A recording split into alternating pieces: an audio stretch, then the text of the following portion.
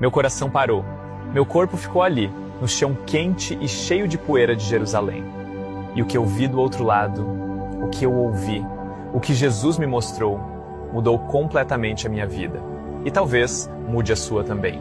Principalmente se você é cristão e acha que está tudo bem. Porque eu vou te contar exatamente como foi que eu vi o arrebatamento acontecendo. Eu vi com os meus olhos espirituais. Eu vi o ano. Eu vi os que subiram.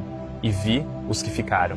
E vou te dizer a verdade que mais doeu. Muitos ficaram por causa de pecados que eles mesmos achavam bobos.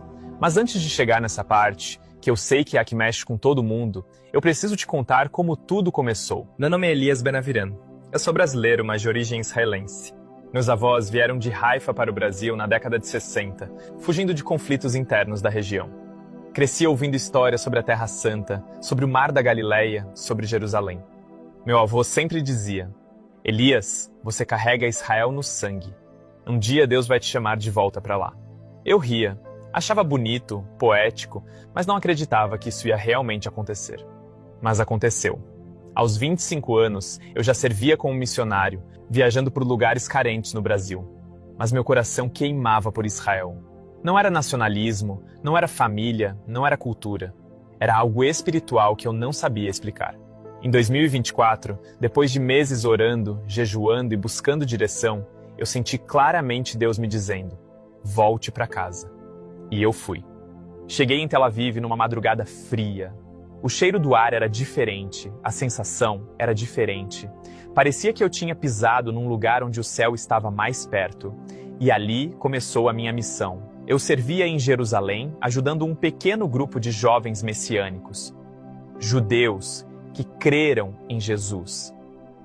E também fazendo evangelismo nas ruas, distribuindo comida, ajudando refugiados africanos, conversando com turistas e sempre falando do amor de Yeshua. Mas quanto mais eu falava de Jesus, mais eu sentia uma guerra espiritual crescendo ao meu redor. Ataques, opressões, sonhos perturbadores. Eu sabia que estava mexendo com a coisa certa, e isso incomodava o reino das trevas. No dia 11 de setembro de 2025, eu lembro desse dia como se estivesse acontecendo agora.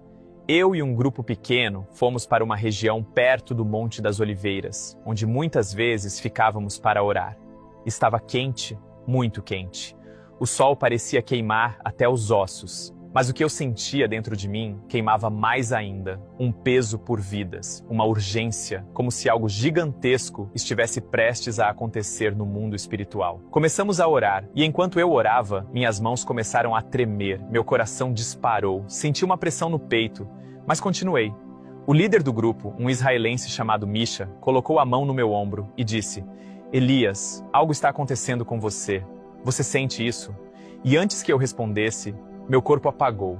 Eu ouvi um som lá dentro, profundo, como se viesse de longe, muito longe.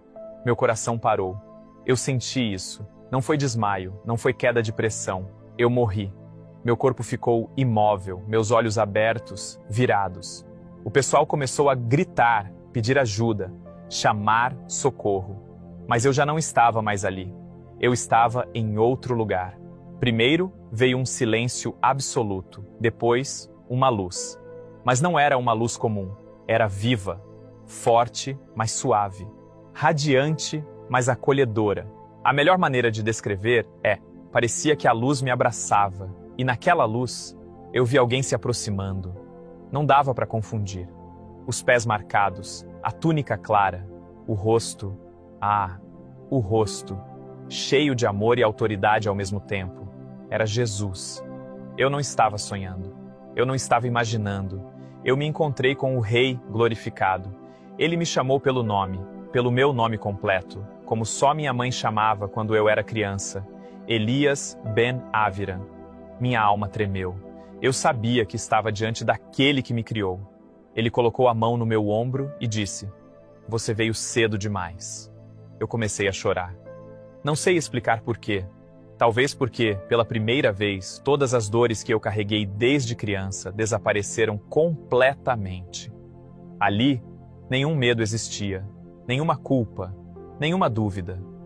E então Jesus olhou para cima, como se enxergasse algo além do que eu via, e disse: "Eu vou te mostrar o que está por vir." Quando ele disse isso, eu senti meu espírito ser puxado, como se uma força me levantasse do chão. De repente, eu não estava mais naquele lugar de luz. Eu estava sobre a terra, como se estivesse olhando tudo de cima.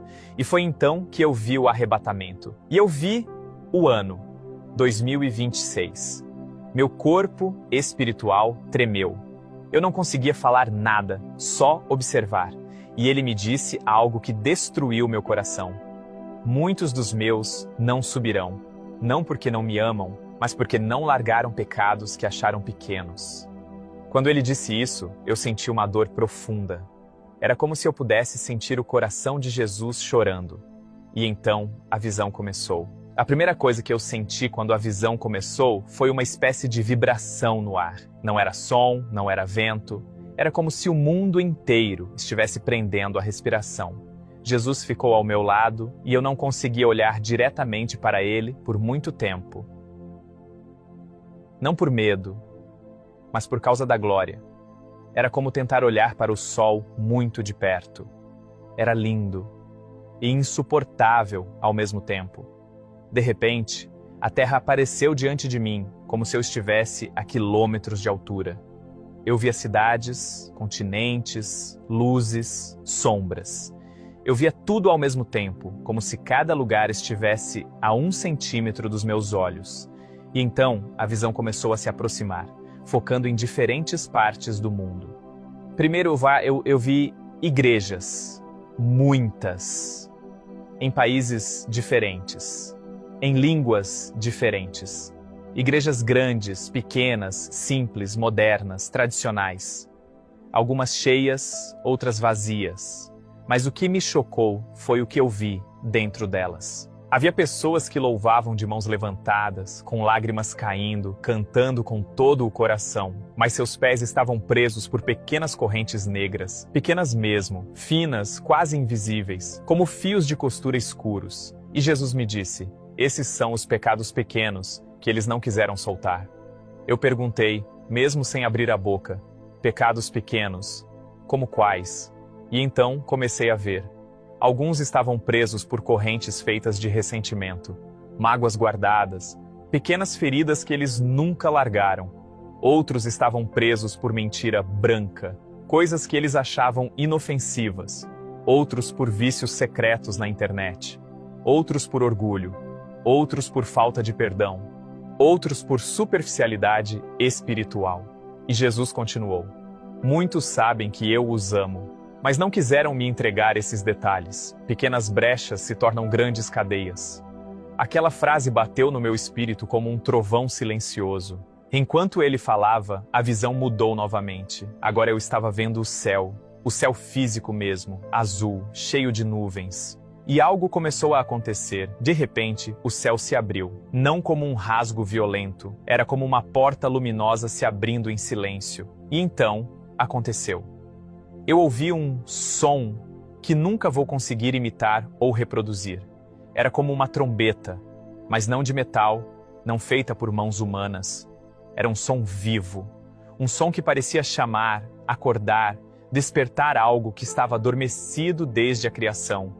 E quando o som ecoou pela terra, eu vi corpos transformando-se em luz, vi pessoas sendo erguidas no ar, vi outras desaparecendo num piscar de olhos, como se tivessem sido puxadas por uma força irresistível do céu. A visão mostrava tudo em sequência, como se eu estivesse assistindo milhares de lugares diferentes ao mesmo tempo. Casas, escolas, ruas, aeroportos, igrejas. E então começou a parte mais dolorosa. Eu vi pessoas ajoelhadas, batendo no peito, gritando, chorando, porque os familiares delas sumiram. E elas ficaram. Vi líderes cristãos ficando. Vi pregadores ficando. Vi jovens que tinham paixão por Jesus, mas estavam com aquelas correntes espirituais nos pés. A visão se aproximou de uma mulher jovem, talvez uns 30 anos. Ela estava dentro de uma igreja, cantando alto, de olhos fechados. Quando o arrebatamento aconteceu, todos ao redor dela desapareceram.